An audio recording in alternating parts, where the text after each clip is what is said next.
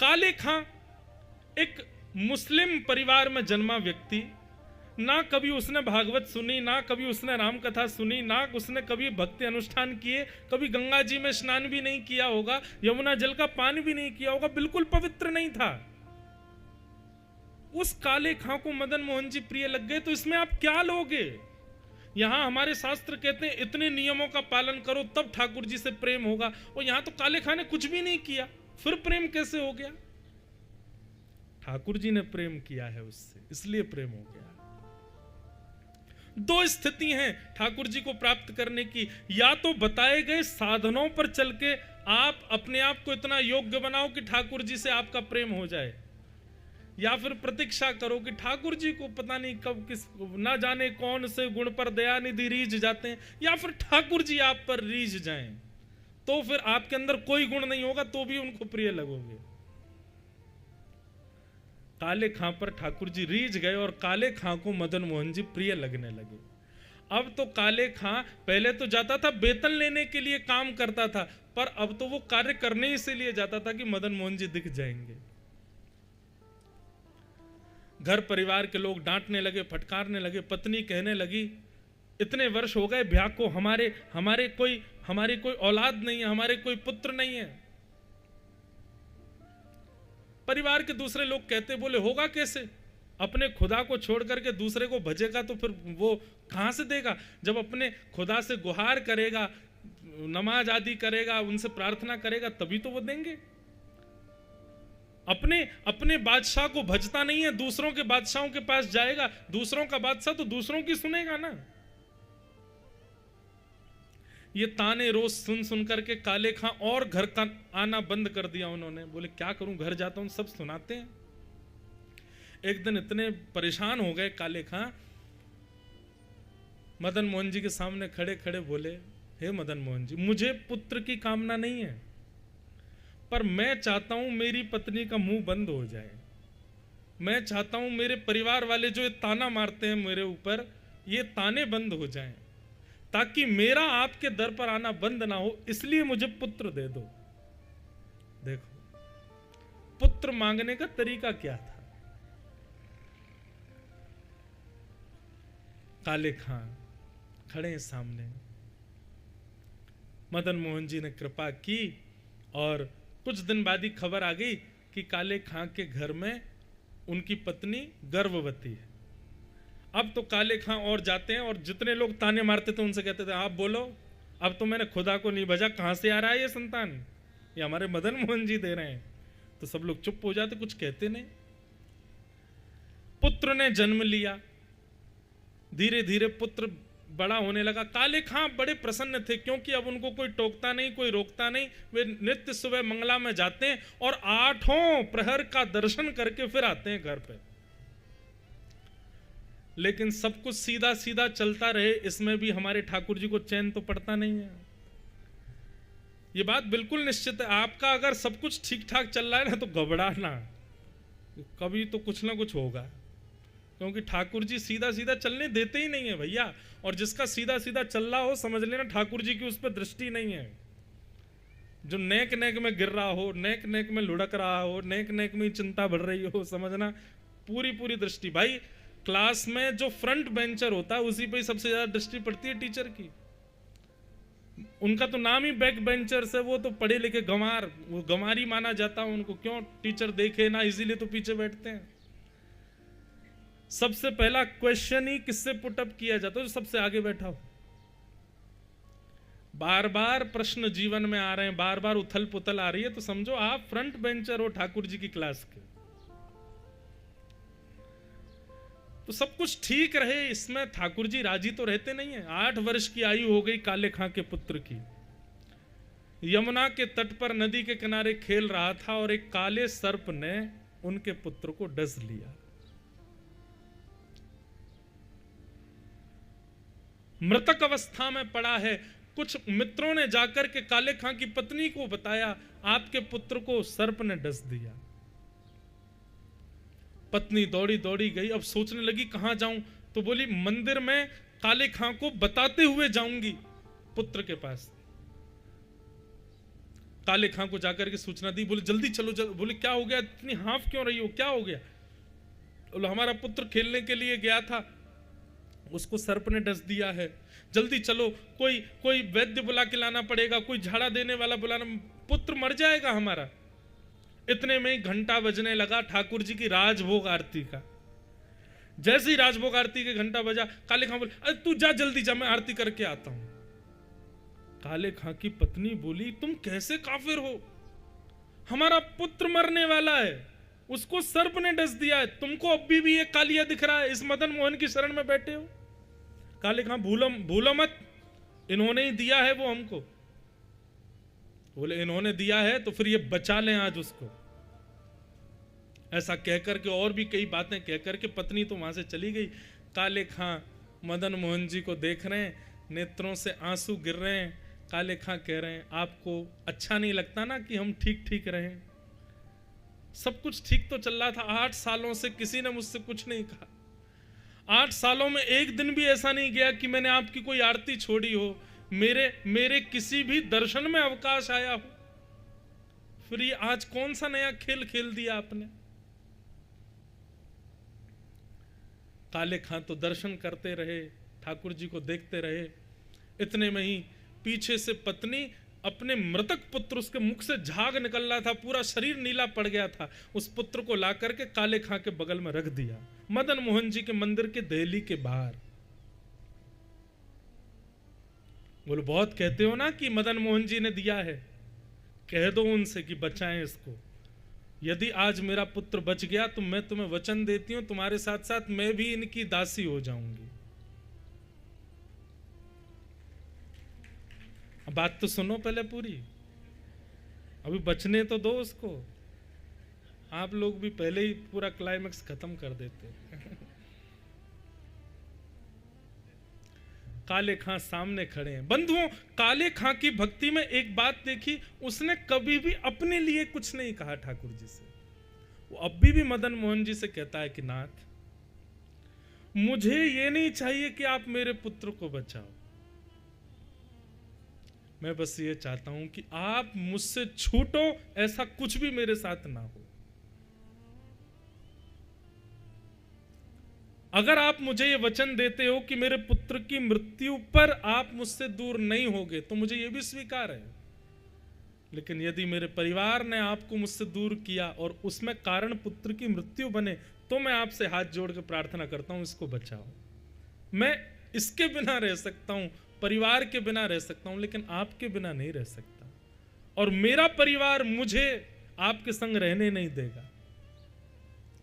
तब आज भी मदन मोहन जी के मंदिर में ये पंक्ति गाई जाती है कभी कभी आरती के बाद। उर्दू के अल्फाज हैं काले खां के। आज तक कभी मंदिर में नहीं गया है, दिल्ली पे से ही दर्शन करता है ठाकुर जी का। मुसफ़्फ़क़ सफ़ीक रफ़ीक दिल दोस्त मेरे, अपने पुत्र के शव के सामने मदन मोहन जी से काले खां कह रहा है, मेरी नजदीकी हकीकी ख्याल कीजिए, मेहरबान कदरदान आला तू जहान बीच, मुझसे गरीबों का गुनाह माफ कीजिए। काले बेकरार खड़ा तेरे दरबार बीच, नंद के कुमार जरा गौर अब कीजिए।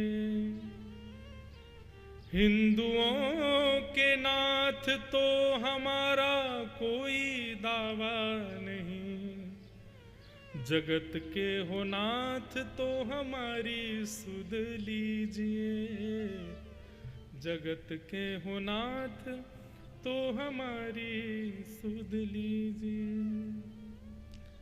कारे बेकरार खड़ा द्वार तेरे, नंद के कुमार अब गौर कुछ कीजिए। हिंदुओं के नाथ हो तो हमारा कोई दावा नहीं, अगर आप केवल हिंदुओं के नाथ हो तब तो हम पर कृपा होनी असंभव है।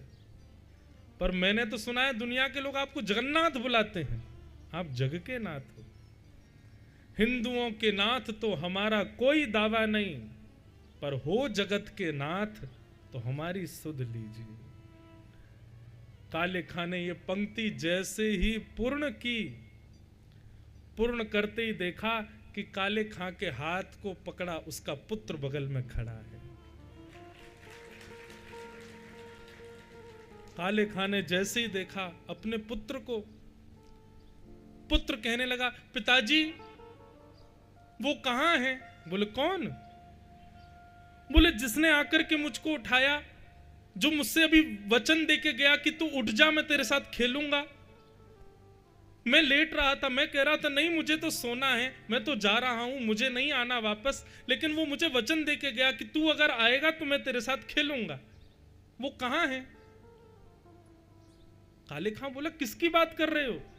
बोले सांवला सा था, उसमें से चंदन की सुगंधी आ रही थी, कटाक्ष नेत्र थे। पिताजी नेत्र कोई देख ले तो ऐसा लगे कि ऐसे नेत्र दुनिया में किसी के नहीं, ऐसी सुंदर मुस्कान थी। पिताजी वो कहां है? काले खां ने अपने पुत्र को गोद में उठाया और कहा सामने देख। जैसे ही मदन मोहन जी को देखा, 8 वर्ष के पुत्र के नेत्र भी सजल हो गए। हाँ पिताजी यही तो आए थे मेरे पास, यही तो मुझे उठा के लाए हैं। काले खां का पूरा परिवार नतमस्तक हो गया श्री मदन मोहन जी के चरणों में। बोलो मदन मोहन लाल की जय। इसे कहते हैं अहेतुकी भक्ति। ये सुनने में जितना सुख दे रही है, ये सुनने में जितना आनंदित कर रही है, घटनाक्रम घटने में उतना ही कठिन है। इसका आप अंदाजा लगा के देखिए, ये जिसके साथ घट रही है, भगवान ना करे हमारे साथ ऐसा कभी हो, लेकिन ये घटनाक्रम जिस पर घटा उसके लिए बहुत मुश्किल है। लेकिन ऐसी मुश्किल परिस्थिति में भी ठाकुर जी के प्रति विश्वास का ना डगमगाना, इसको कहते हैं अहेतुकी भक्ति। क्या हमारी भक्ति इस स्तर की है? नहीं, माफ कीजिएगा, हम अभी उस स्तर पर आए ही नहीं। और इस स्तर पर ना आने का मतलब ये नहीं कि हमने साधन नहीं किया, हमने कथा नहीं सुनी, हमने भक्ति नहीं की। मैं फिर कहूंगा इस स्तर की भक्ति हमारे चाहने से होगी ही नहीं। ये राधा रमण जी जब हमसे प्रेम करेंगे तभी हो पाएगी। कि दुनिया में चाहे कुछ हो जाए, हमारे चित्त पर उसका कोई प्रभाव ना पड़े। उस स्तर की भक्ति तो तभी हो सकती है। मीराबाई के पति की मृत्यु जिस दिन हुई, सब रो रहे थे, पर मीराबाई शांत। उस दिन 16 श्रृंगार करके बैठी थी, उन पर उसका कोई असर नहीं था, उनका उस पर कोई प्रभाव नहीं था, तब भी कृष्ण भक्ति को त्यागा नहीं। अरे कहां तक बताएं, इन स्थितियों पर, जिन जिन स्थितियों पर हमारी भक्ति डगमगा जाती है, हमारी भक्ति में लेश आ जाता है, प्रश्न चिन्ह प्रकट हो जाता है ठाकुर जी के प्रति हमारे चित्त में। ये बात दावा करती है कि अभी हमारी भक्ति स्तरीय नहीं है।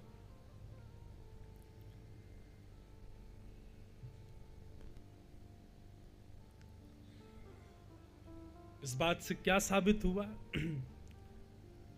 ठाकुर जी हमारे प्रिय हों इसलिए भक्ति नहीं करनी, हम ठाकुर जी के प्रिय हो जाएं, हम ठाकुर जी को प्रिय लगने लगे। ठाकुर जी सबको प्रिय लगते हैं।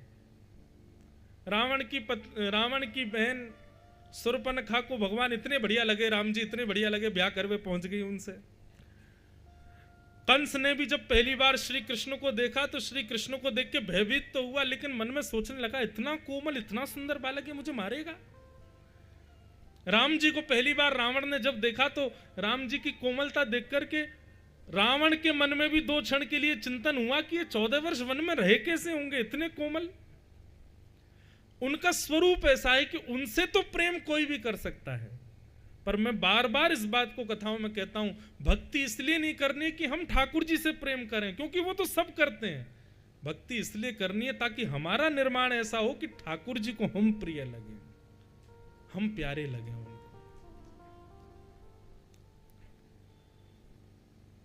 हम ठाकुर जी के बगैर नहीं रह सकते। ये भक्ति की सामान्य स्थिति है। ये ठाकुर जी हमारे बिना नहीं रह पाए, ये श्रेष्ठ स्थिति है। ठाकुर जी रह ही ना पा रहे हमारे बिना। तू जहां जाएगो तेरे संग चलूंगो, तू जो खवाएगो वही खाऊंगो, तू जहां बैठाएगो वहीं बैठूंगो, तू जैसे रखेगो वैसे रहूंगो। हम कहते हैं जहां ले चलोगे वहीं मैं चलूंगा। ये भक्ति की प्रारंभ स्थिति है, लेकिन ये स्थिति इस स्तर पर पहुंच जाए कि ठाकुर जी हमसे कहें जहां तू ले चलेगो वहीं चलूंगो, जहां बैठा देगो वहीं रहूंगो, जैसे रखेगो वैसे रहूंगो। प्रारंभिक स्थिति अलग है, लेकिन भक्ति की श्रेष्ठ स्थिति यह है। मैं कथा सुनाया करता हूँ। माधवदास जी जगन्नाथ जी के भक्त हुए। वो जगन्नाथ जी को प्रणाम कर रहे थे। जगन्नाथ जी बोले, कहो माधवदास। बोले, कुछ नहीं, आज्ञा मांगने आया हूं। बोले, काहे की? बोले, मैं वृंदावन जा रहा हूं, 6 महीने बाद आऊंगा। जगन्नाथ जी बोले, तो अकेले क्यों जा रहे हो, हमको भी ले चलो। माधवदास जी बोले, पुजारी पंडा सब मुझे मार देंगे आपको लेके गया तो। जगन्नाथपुरी में इतने लाखों वैष्णव दर्शन करने के लिए आते हैं, सब आपको निहारने आते हैं। अब मैं आपको वृंदावन ले जाऊंगा, कितने वैष्णवों का दर्शन छूट जाएगा। और दूसरा, आपको इतनी भूख लगती है, रास्ता भर में आपके 8-8 बार भोग लगाने की सामर्थ्य मेरी तो नहीं है। हम तो 3-3 दिन भूखे रह के रह लेंगे, और वृंदावन बहुत दूर है, यहाँ से पहुंचने में ही 1.5-2 महीना लगेगा। आपको कहाँ कहाँ लिए घूमूंगा मैं, आप यहीं रहो पुरी में, मैं होके आता हूं। तो बंधुओं, कहते हैं कि जैसे माधवदास जी मंदिर से बाहर आए और एक बार पुनः मुड़ करके जब जगन्नाथ जी को देखा, तो श्री जगन्नाथ जी के नेत्रों से आंसू गिर रहे थे। और जगन्नाथ जी व्याकुल होकर कह रहे थे, माधव तेरे बिना मैं कैसे रहूंगो, तू चलो जाएगो 6 महीना जगन्नाथपुरी में कैसे निर्वहन करूंगो। इसे कहते हैं भक्ति की श्रेष्ठता, कि हम उनके अधीन हैं, ये तो है ही, पर वो भी हमारे अधीन हो जाएं, नहीं रह पाए तुम्हारे बिना। और वही हुआ। माधवदास जी जब चले गए तो माधवदास जी को बड़ी भूख लगने लगी, इतनी जोर की भूख लगी। माधवदास जी बोले, मैं तो 3-3 दिन तक अपनी भूख जीत लेता हूं, लेकिन आज इतनी जोर की भूख क्यों लग रही है। तभी एक के घर में पहुंच गए, मैया से जाके बोले, माता जी घर में जो पड़ा हो हमको दे दो, भूख लगी है बहुत जोर की। माता जी ने थाली लगा करके दी। माधवदास जी जल्दी जल्दी पाने लगे। माता जी बोली, अरे माधवदास जी आप बड़े निर्दयी हो। माधवदास जी बोले, क्यों? अकेले खाते जा रहे हो, इतना छोटा सा नन्हा सा बालक आपके बगल में बैठा, इतना प्यारा सा बालक बैठा, इसको क्यों नहीं पवा रहे हो। माधवदास जी तुरंत रुक गए, बगल में देखा तो कोई था ही नहीं। बोले, मैया किसकी बात कर रही हूं, मैं तो अकेला हूं, यहाँ कोई आया ही नहीं मेरे साथ। मैया बोली, आंख धो के आओ, देख नहीं रहे हो बगल में नन्हा सा बालक बैठा है, ऐसे सुंदर नेत्र, ऐसी सुंदर मुस्कान, दतुइयां दिख रही हैं इसकी। मुझे तो ये लग रहा है जरूर ये बालक तुम कहीं से चुरा के लाए हो। इतना कोमल बालक कोई मां कैसे दे सकती है किसी को। माधवदास जी ने नेत्र बंद किए और जैसे जगन्नाथ जी का स्मरण किया तो बालक के रूप में जगन्नाथ जी का ही दर्शन हुआ। माधवदास जी बोले, तभी मैं कहूं मुझे इतनी भूख क्यों लग रही है। भूख मुझे नहीं लग रही है, मेरे चित्त में जगन्नाथ जी बैठ के आ गए, उनको लग रही थी, इसलिए मैं भोजन कर रहा हूं। जो माधवदास जी 1.5 महीने में वृंदावन पहुंचने वाले थे, 3 महीना में पहुंचे। क्यों? दिन में 8 बार भोजन करते थे, क्योंकि ठाकुर जी चित्त में बैठ के चल रहे हैं ना संग में, और ठाकुर जी तो 8 बार भोजन चाहिए। अब तो बार बार माधवदास जी कहते, ठाकुर जी नेक रुक जाओ, बस कछु तो चलन दो मोकू। चित्त में बैठ करके ठाकुर जी आ गए। ये भक्ति की प्रधानता। माधवदास जी वृंदावन पहुंचे तो वृंदावन पहुंचते ही यमुना जी के तट पे फिर से भूख लगी। अब माधवदास जी बोले, अब तो वृंदावन आ गए, अब तो डट जाओ, 56 भोग पवा दूंगा, काय को भूख लग रही है आपको। मन ही मन ठाकुर जी कहने लगे, जल्दी पवा, मुझको भूख लग रही है। तो माधवदास जी को कुछ नहीं दिखा, तो कहीं चने बिक रहे थे, माधवदास जी ने लेकर के चने पा लिए। अब चने पाने के बाद यमुना जल पी करके माधवदास जी वृंदावन बिहारी लाल बांके बिहारी जी का दर्शन करने के लिए निधिवन राज में गए।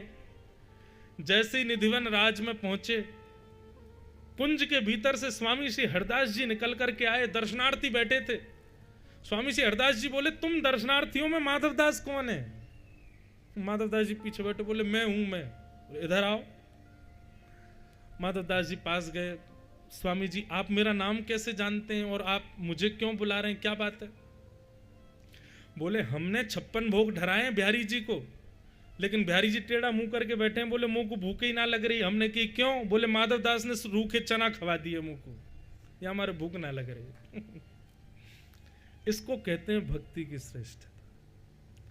ये बंधुओं सुन ही लो, हमारे जीवन में पता नहीं ऐसा कभी होगा कि नहीं, पर विश्वास अटूट रखो मन में, निश्चित होगा। भक्ति की स्थिति ऐसी पहुंचे कि हमको ठाकुर जी प्रिय लगे, नहीं हम ठाकुर जी को प्रिय लगे। मेरा सुमिरन हरि करें, यही बात है। मैं हरि का सुमिरन करूं, ये प्रारंभिक स्थिति है, पर समय ऐसा है कि मेरा सुमिरन हरि करें, मैं पावा विश्राम। मैं तो विश्राम में हूं, अब मेरा सुमिरन हरि कर रहे हैं। इसे कहते हैं अहेतुकी भक्ति। तो अहेतुकी भक्ति प्रारंभ हो, और वो कैसे संभव हो सकती है? केवल श्रीमद् भागवत से। कि धर्मस्वनिष्ठितः पुंसां विश्वक्सेन कथा सुयः नोत्पादयेदधिरतिं श्रमेव हि केवलम्। सूत जी महाराज ने इस प्रकार भगवान के कई भाव बताए, भागवत के कई भाव बताए, भगवान के अवतारों का वर्णन किया। अनंत अवतार हैं भगवान के, कहीं 10 अवतार बोलते हैं, कहीं 24 अवतार बोलते हैं, पर हरि अनंत हैं, हरि की कथाएं और अवतार भी अनंत हैं। भागवत जी की रचना कैसे हुई, उस रचना का क्रम बताया गया कि इदं भागवतम नाम पुराणम ब्रह्म संहितम उत्तम श्लोक चरितम चकार भगवान ऋषि। वेदव्यास जी महाराज ने, लोग प्रश्न करते हैं महाराज जी हमारे हिंदू वैदिक सनातन धर्म में इतने शास्त्र क्यों हैं? सब लोगों को देखो, सब जगह पर एक ही शास्त्र है, एक ही ग्रंथ है। हमारे हिंदू वैदिक सनातन धर्म में एक नहीं है, अनेक है। एक बात सुनिएगा, देखो मैं किसी का कटाक्ष या किसी के विरोध में कभी नहीं बोलता, हमारा मंच है ही नहीं उसके लिए। हाँ, पाखंड का विरोध होना चाहिए, कभी हो तो करेंगे, लेकिन ज्यादा मैं किसी के कटाक्ष और विरोध में नहीं बोलता। परंतु एक बात समझो, सब जगह एक एक ग्रंथ और हमारे यहां इतने सारे ग्रंथ क्यों हैं? जिसका बिजनेस राइज ही नहीं कर पाता वो एक ही दुकान में रह जाता है, और जिसका बिजनेस बहुत अच्छा हो जाता है ना, वो नगर नगर में अपनी फैक्ट्री खोल लेता है। जिसका व्यापार खूब बढ़िया होता है, जिसका कार्यकाल बहुत बढ़िया होता है, जिससे लोगों को लाभ बहुत होता है, वो जगह जगह अपनी फ्रेंचाइजीज खोलता रहता है, होता है ना। जो हिट जाते हैं या जिनका कार्य खूब बढ़िया होता है, वो सब जगह व्याप्त हो जाते हैं। और जिनके कार्य में उतना दम नहीं, जिनके प्रोडक्ट में भी उतनी कोई सामर्थ्य नहीं, वो बेचारे एक ही दुकान तक ही रह जाते हैं। तो हमारे हिंदू वैदिक सनातन धर्म में इतने शास्त्र हैं, इतने शास्त्र हैं, आप हमारे धर्म से इतर कुछ पूछ ही नहीं सकते हो कभी। अरे और शास्त्र और ग्रंथों को तो एक किनारे रख दो, एक अकेली महाभारत के विषय में कहा जाता है यन्ने भारत तन्ने भारत। आप पूरे विश्व में जो कुछ भी देखते हो, जो कुछ भी अनुभव करते हो, जैसे भी विचारों का अनुभव करते हो, जैसे भी लोगों से मिलते हो, वो सब महाभारत में लिखा है। महाभारत से इतर कुछ भी नहीं है, पूरा विश्व लिख दिया है वेदव्यास जी ने महाभारत में। आज जो हो रहा है, कई लोग उसमें कहते हैं भैया पहले ऐसा नहीं देखा था। हम ही लोग कहते हैं, हम जब छोटे थे, 7 साल के 8 साल के, उस उम्र में फोन तो थे ही नहीं, मोबाइल फोन वगैरह कुछ नहीं थे, हमें कुछ आता ही नहीं था। अरे इतना क्या बताएं, 8-9 साल की उम्र तक माता जी कपड़े पहनाती थी, और नए कपड़े पहने तो ऐसे ही डोल रहे हैं, कोई लाज शर्म भी नहीं। आजकल के बच्चों को देखो, 4 साल का बालक सब जानता है, 5 साल का बच्चा वो फोन वोन चलाना सब जानता है। एक हमारे रिश्तेदार, उनका बेटा फोन बहुत चलाता है, ये मुझे बाद में पता चला कि वो फोन बहुत चलाता है। कब, एक दिन मैंने किसी काम से फोन किया तो फोन एक बार कट गया, दूसरी बार कट गया, तीसरी बार उठाया, बालक बोला अभी मैं गेम खेल रहा हूं, फोन मत करो। अरे मैंने कि भैया खतरनाक है। तो समय अभी जैसा चल रहा है, हम लोगों ने पहले ऐसा नहीं देखा। हम लोगों के जब वंश में आगे बालक आएंगे, उनके समय में जो होगा वो आजकल के बच्चों ने नहीं देखा। ऐसा भी होगा, अभी बहुत भयावह समय आने वाला है। परंतु ये सब महाभारत में वर्णित है। ऐसा नहीं वर्णन है कि फोन चलाएंगे या ये सब होगा, पर व्यक्ति कैसे कैसे बदलेगा अपनी विचारधाराओं से, ये सब शास्त्रों में लिखा है। आज से 5000 वर्ष बाद का कलयुग कैसा होगा, यह भी भागवत में वर्णित है।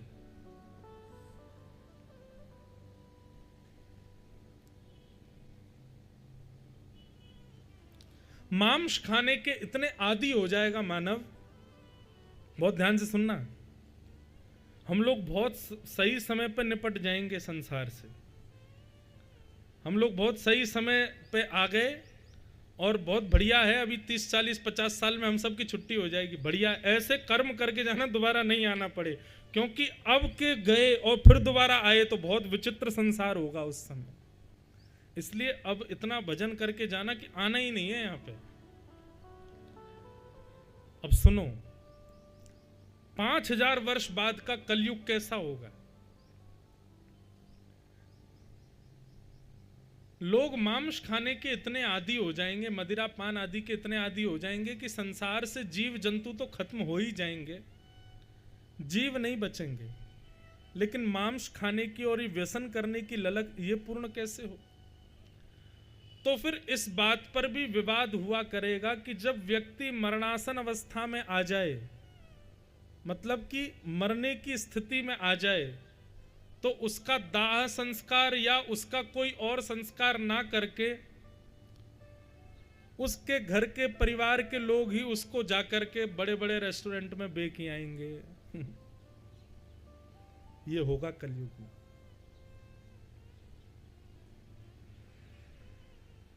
बहुत भयावह समय आने वाला। आज भी लोग, कई देश ऐसे हैं हमारी पृथ्वी पर जहां मानवों को खा जाते हैं लोग। क्या होगा तब जब ये प्रचलन भारत में आएगा। बहुत भयावह समय आने वाला है। मैं तो कभी कभी कहता हूं, राम जी 22 जनवरी को इसलिए मंदिर में आ गए, जब जब होए धर्म के हानि, बाढ़ ही अधम असुर अभिमानी, तब तब प्रभु धरि विविध शरीरा। ठाकुर जी आते कब हैं?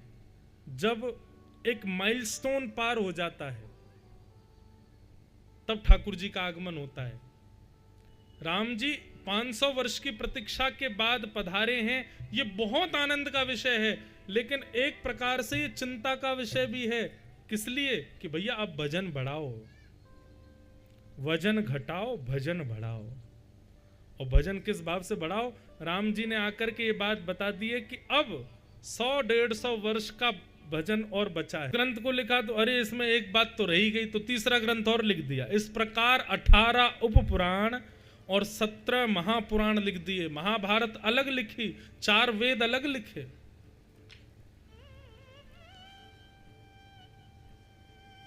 परंतु जब 18 उपपुराण, 17 महापुराण, 4 वेद, महाभारत आदि की रचना हो गई, तब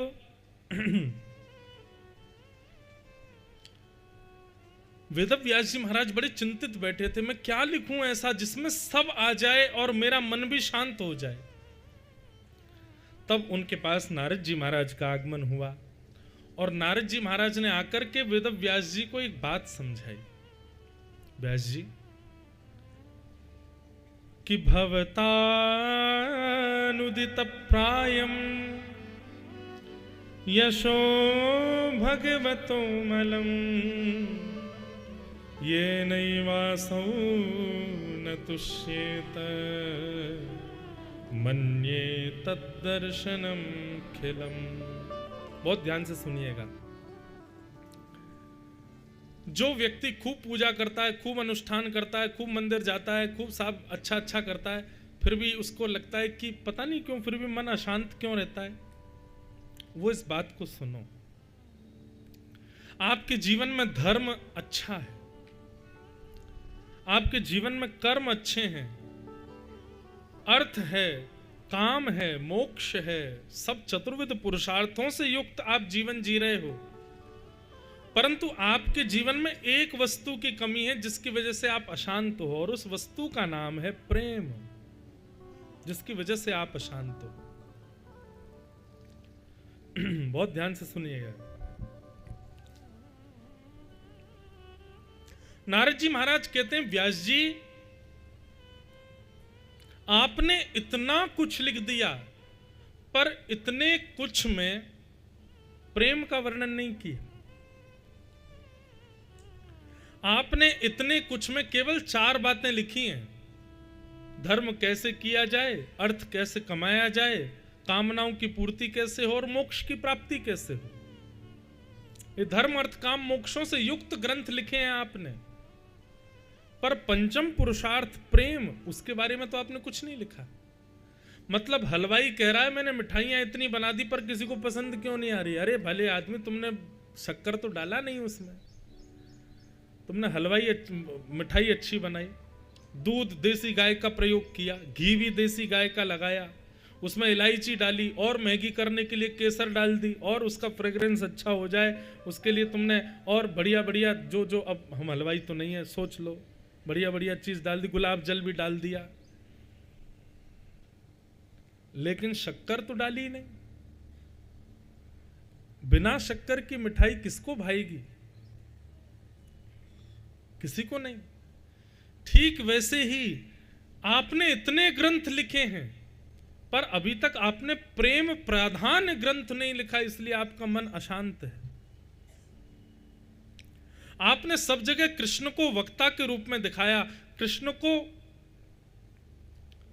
भगवान श्री कृष्ण को प्रवक्ता के रूप में दिखाया, वक्ता के रूप में दिखाया, श्रेष्ठ महापुरुष के रूप में दिखाया, एक अद्भुत भगवत तत्व के रूप में दिखाया, उनकी महिमा का वर्णन किया, परंतु वो कृष्ण प्रेमी कितने हैं ये आपने कहीं नहीं लिखा। एक तरफ वो कृष्ण भगवान हैं, त्रिलोकीनाथ हैं, जगत नियंता जगदाधार हैं, पर दूसरी ओर वही श्री कृष्ण छचियाबरी छाछ पे नाच भी नचाते हैं, नाचते भी हैं। छचियाबरी छाछ पे नाच नचायो को इतना सुंदर अर्थ है, ताही अहीर की छो हरिया छचियाबरी छाछ पे नाच नचायो। इसका अर्थ क्या है? रसखान कह रहे हैं। रसखान जी कहते हैं कि ब्रह्मा अपने 4 मुख से स्तुति गाते हैं तो भी भगवान उनको घास नहीं डालते, ब्रह्मा खड़े रहो कोने में।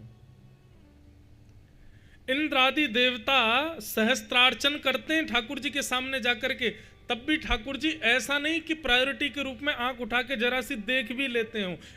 इंद्र गाता रहे, ठाकुर जी उसकी ओर दृष्टि नहीं डालते।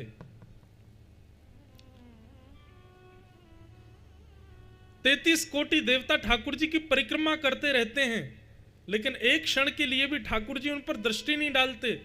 पूरा विश्व जिसके पीछे बावला हुआ है, ऐसी लक्ष्मी उनके चरण दबाती है केवल एक प्रार्थना से कि एक बार अपना हाथ मेरे सिर पर रख दीजिए, लेकिन ठाकुर जी उसके सिर पर अपना हाथ नहीं रखते। वही ठाकुर जी जब वृंदावन में कृष्ण बन करके आए तो कोई गोपी ने बढ़िया दही को मथ करके बढ़िया माखन निकारो, अब जैसे ही माखन निकाल करके मटकी में धरो, सोई वह माखन की सुगंधी लाल जी को आ गई। लाल जी सूंघते सूंघते वाके घर पहुंच गए। ये तब की बात है जब ठाकुर जी चोरी नहीं करते थे, जब नन्हे से लाला थे। छोटे से लाला को, छोटे से बालक को कोई आकर्षण करने वाली वस्तु दिख जाए, वो बिना शर्म लिहाज के चला जाता है उसको मांगने। छोटा बालक अबोध होता है। ठीक वैसे ही कोई गोपी यदि सुंदर मक्खन निकालती है और निकाल करके मटकी में धर करके और सिर पर रख करके जा रही होती है, ठाकुर जी को सुगंधी आ जाए तो नेक से गोपाल जी उसके पीछे पीछे चलने लग जाते। ठाकुर जी से बोलना तो आता नहीं, गोपी कहती है कहाँ चाहिए लाला? सो ठाकुर जी हाथ करके कहे मम मम दे दो, मम दे दो। मक्खन तो बोले ना है, नेक से लाल जी हैं। तब गोपियां करी अच्छा मक्खन खाएगो? बोले हाँ। सोई गोपी अपने हाथ में मक्खन ले लाला खा ले। सोई ठाकुर जी के मुंह में पानी आ जाए, जैसे ही ठाकुर जी खाने लगे सोई गोपी अपना हाथ पीछे कर ले। बोले पहले नाच के दिखा, पहले नृत्य करके दिखा। सो ठाकुर जी रोने लग जा, मुंह को मम चाहिए। बोले नहीं पहले नाच के दिखा। तो वो त्रिलोकीनाथ जगत नियंता जगदाधार जो ब्रह्मा की स्तुति को भी अनसुना कर देते हैं, लक्ष्मी के पैर दबाने पर भी कभी वरदहस्त नहीं रखते, त्रिलोकीनाथ जगन्नाथ जगदाधार जिनकी भ्रगुटी टेढ़ी करने से प्रलय हो जाए, जिनके मुस्कुराने से पृथ्वी बन जाए, जिनके क्रोध आने पर पृथ्वी फुटबॉल की तरह आकाश में उछल जाए, उन ठाकुर जी का मानो त्रिलोक लुट जाएगा यदि उस गोपी के हाथ का मक्खन नहीं खाएंगे तो। और उस मक्खन को खाने के लिए उस गोपी के भाव पर ठाकुर जी नाचने लग जाते हैं। रसखान कहते हैं ताही अहीर की छोहरिया छछिया भरी छाछ पे नाच नचायो। जिसको ब्रह्मादि देवता, शंकरादि देवता, बड़े बड़े देव भी नहीं पा सकते, उसको ये अनपढ़ गंवार गोपियां, गैया चराने वाली, गोबर थापने वाली गोपियां मक्खन के लालच में नचा देती हैं। ये केवल प्रेम के वशीभूत होकर के हो सकता है और नहीं। उस प्रेम को आपने कहां लिखा वेद व्यास जी? कहीं भी तो नहीं। आपने उस ईश्वर की प्राप्ति के लिए नियम बता दिए, आपने उस ईश्वर की प्राप्ति के लिए अनुष्ठान बता दिए, व्रत बता दिए, लेकिन प्रेम का मार्ग नहीं बताया। इसलिए आपका मन अशांत है। कोई उनको अनुष्ठानों से प्राप्त करना चाहता है, कोई उनको परिक्रमाओं से प्राप्त करना चाहता है, कोई व्रत करके प्राप्त करना चाहता है, कोई नियमों में रह के प्राप्त करना चाहता है। पर ब्रज की रीति अलग है। ब्रज में कोई व्रत नियम अनुष्ठान नहीं करता, सब प्रेम करते हैं। और ठाकुर जी व्रत नियम अनुष्ठानों से ज्यादा उन ब्रज के प्रेमियों को प्राप्त हुए। प्रेम, उस प्रेम का आपने वर्णन नहीं किया, इसलिए आपका हृदय अशांत है व्यास जी।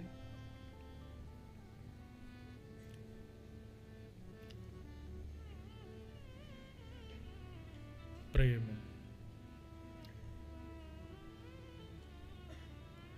मैं कहा करता हूं दुनिया में हर व्यक्ति को कुछ ना कुछ उपलब्धि की प्राप्ति की कामना होती है। हमारे श्याम सुंदर को केवल एक उपलब्धि चाहिए कि आप उनसे प्रेम करो, बस आपका प्रेम चाहिए और कुछ नहीं। 56 भोग आपने कितनी सुंदर डलिया में रखे हैं, ठाकुर जी को ये नहीं भाता। आपने वो भोग कितने प्रेम से बनाया ये भाता। और प्रेम से बनाया भाई भोग, कर्मा बाई खिचड़ी बनाती है, बिना नहाए धोए बना देती है, और उसकी खिचड़ी में दांतुन से ही चला देती है। उसको खाने ठाकुर जी दौड़े चले आते हैं, मुंह जला देते हैं अपना, लेकिन खाने आते हैं। प्रेम सबसे ऊंची प्रेम सगाई, गाएंगे नहीं बस सुन लो। प्रेम के वश अर्जुन रथ हाँ क्यों, भूल गए ठकुराई सबसे ऊंची। क्या क्या देने में लगे हो आप ठाकुर जी को, नहीं चाहिए वो सब, प्रेम दो बस, अपना प्रेम प्रदान करो। दुर्योधन की मेवा त्यागी और साक विदुर घर खाई सबसे ऊंची प्रेम सगा। दुर्योधन ने 56 भोग सजाए ठाकुर जी के आगे। ठाकुर जी बोले मेरा निमंत्रण तो आज विदुर काका के यहाँ है, और विदुर काका वहीं बैठे थे बगल में। वो बोले मैंने कब निमंत्रण दिया इनको? दुर्योधन बोला अच्छा विदुर काका आपने बुलाया ठाकुर जी को? अब विदुर जी मना भी नहीं कर सकते। हाँ बुलाया तो मैं नहीं था। अब विदुर जी ठाकुर जी की ओर देखे, ठाकुर जी के जल्दी जाओ व्यवस्था करो, आ रहे हैं हम। विदुर जी तो पैर कहीं रखे जामे कहीं, जैसे तैसे बेचारे घर पहुंचे। पत्नी स्नान कर रही थी, गेट खटखटाया, बोले जल्दी बाहर आ। बोले अभी स्नान कर रही हूं। बोले तू तू तू जल्दी आ बाहर। जैसे तैसे बाहर आई। बोले क्या हो गया, इतने व्याकुल विचलित क्यों हो रहे हो? बोल नहीं पा रहे, जीभ लड़खड़ा रही है, हाथ पांव कांप रहे हैं। प्रसन्नता में इतने आनंदित हो गए विदुर जी। बोले जल्दी व्यवस्था कर। ठाकुर जी ने आज भरी सभा में कहा मेरा विदुर के यहाँ निमंत्रण है, और मुझे इशारा कर रहे थे जल्दी जाओ मैं आ रहा हूं।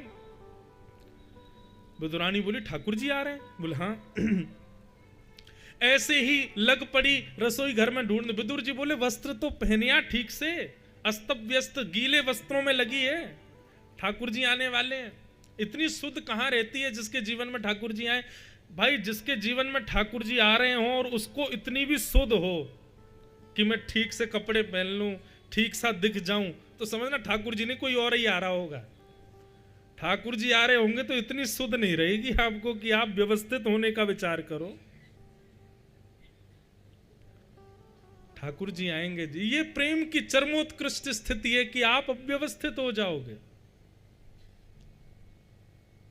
विदुर जी बोले मैं जाता हूं, जल्दी दुकान से कुछ लेके आता हूं। विदुर जी भागे दुकान की ओर। इतने में ही द्वार पर शंख चक्र गदा पद्मधारी श्रीमन नारायण द्वारिकाधीश आकर के खड़े हो गए। काकी जी जय श्री कृष्ण। जैसे ईश्वर सुना ठाकुर जी का, विदुरानी की स्थिति कौन वर्णन कर सकता है? जिन जिन लोगों के मन में जितनी आ गई उतना लोगों ने बोल दिया, बता दिया, पाटा उल्टा रख दिया, ठाकुर जी को बैठा दिया। ये स्थिति है। बहुत जोर की भूख लगी है, काकी जी कछु खवाओ। कदली फल लेकर के आई, छिलके ठाकुर जी को देती जाएं और फल दूर फेंकती जाएं। ठाकुर जी प्रेम से छिलका खा रहे, इतने में विदुर जी आ गए। विदुर जी ने आकर के देखा ठाकुर जी छिलका खा रहे हैं, रोने लगे राम राम राम, इतने दिन में ठाकुर जी हमारे घर पधारे और हम भी कितने पापी जीव, ठाकुर जी को छिलका खिला रहे हैं हम। मुंह से छिलका ले लिया, मुख में जल पिलाया ठाकुर जी को। बोले ठाकुर जी आप कुल्ला करो, आपने छिलका खा लिया, मैं फल खिलाता हूं। फल खोल करके अपने हाथ से खिलाने लगे। ठाकुर जी ने जैसे ही फल मुख में लिया, मुख बन गया ठाकुर जी का। बोले बड़ा कड़वा है। बोले विदुर जी फल में स्वाद नहीं आ रहा, हमारी विदुरानी जी जो छिलके खिला रही वो ज्यादा स्वादिष्ट लग रहे हैं, आप विदुरानी छिलका ही खिलाओ आप तो। ठाकुर जी फल नहीं देख रहे हैं, ठाकुर जी छिलका नहीं देख रहे हैं, विदुरानी का प्रेम देख रहे हैं। क्यों भाग रहे हो कुछ और देने के लिए? उनको केवल प्रेम चाहिए। सबसे ऊंची प्रेम सगाई। ब्रज ने और कुछ नहीं दिया ठाकुर जी को, ब्रज ने केवल प्रेम दिया है। व्यास जी आपने ये सब प्रेमों का वर्णन नहीं किया, इसलिए आपका मन अशांत है इतना कुछ लिखने के बाद भी। अभी तक आपने भगवान के भगवत तत्व का वर्णन किया, उनकी महानता का वर्णन किया, उनके प्रभाव का वर्णन किया।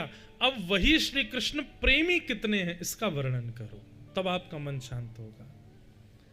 तब वेदव्यास जी ने कलम उठाई और समाधिनानुस्मर तद्विचेष्टितम, समाधि लगा करके भगवान के प्रेम स्वरूप का चिंतन किया, और प्रेम स्वरूप का चिंतन करके जब रचना की तब श्रीमद् भागवत की रचना हुई। बोलो भागवत महापुराण की। इसलिए भागवत में ठाकुर जी के भगवत तत्व को कम, उनके प्रेम तत्व को ज्यादा बताया जाता है। मैं तो भैया खुलेआम कहता हूं, ये प्रेम शब्द जो है ना, ये संसार में आप किसी के प्रति इसको घटा ही नहीं पाओगे, किसी और से हो ही नहीं सकता। प्रयास भी करोगे तो धोखा ही मिलेगा। ये प्रेम केवल और केवल श्री कृष्ण से ही हो सकता है। और किसी से प्यार हो जाएगा आपको, और किसी से लगाव हो जाएगा आपको, और किसी से आकर्षण हो जाएगा किसी के प्रति, आसक्ति हो जाएगी, पर प्रेम तो केवल श्री कृष्ण से होगा। श्री कृष्ण से प्यार नहीं, आसक्ति नहीं, लगाव नहीं, प्रेम होगा। ऐसे प्रेमी श्री कृष्ण।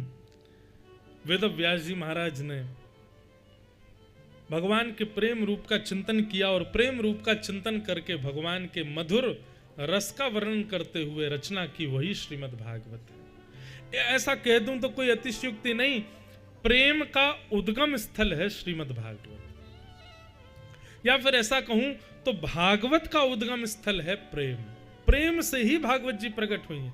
ये ज्ञान से प्रकट नहीं हुई हैं, ये वैराग्य से प्रकट नहीं हुई हैं, ये भक्ति से। यदि ज्ञान वैराग्य भक्ति से भागवत का प्रादुर्भाव हुआ होता तो कल हमने कथा में सुना कि वही ज्ञान वैराग्य जब जर्जर हो गए तब भागवत जी ने उनको श्रेष्ठ किया।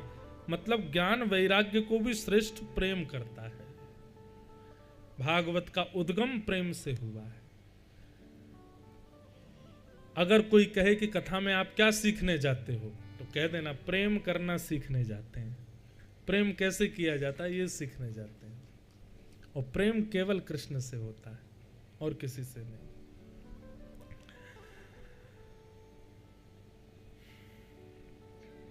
वेद व्यास जी महाराज ने भागवत की रचना की।